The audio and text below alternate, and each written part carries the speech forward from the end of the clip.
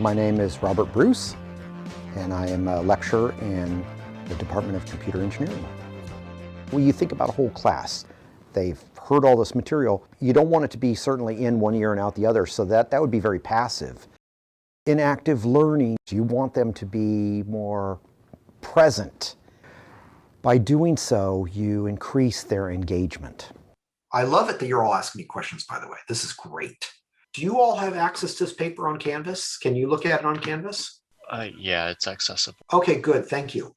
My classes are typically a 3-unit class. They're 2 hours, 45 minutes or so per week, one time. That's a lot of time to sit. So active learning definitely is beneficial to the students as well. One more time, what was the difference under omission between 3 dots and 6 dots?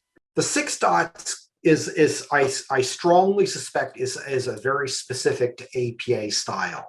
They're going to learn a lot more and retain a lot more of the information that you wish to convey.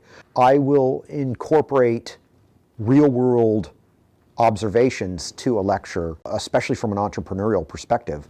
I find that works very well. And I just draw from real experience and bring it in the classroom, but it has to be contextual. It has to be relevant to the topic at hand, like, say, ethics. You can have written a paper in another class, and if you submit that paper in this class, that is plagiarism. How many of you have utilized Turnitin before?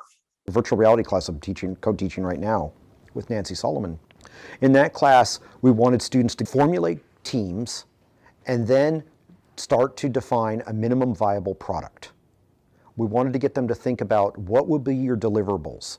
They pretty much just self-organized. They started going up using a whiteboard themselves with pens. They started doing diagramming and designing. They went way beyond what I was asking.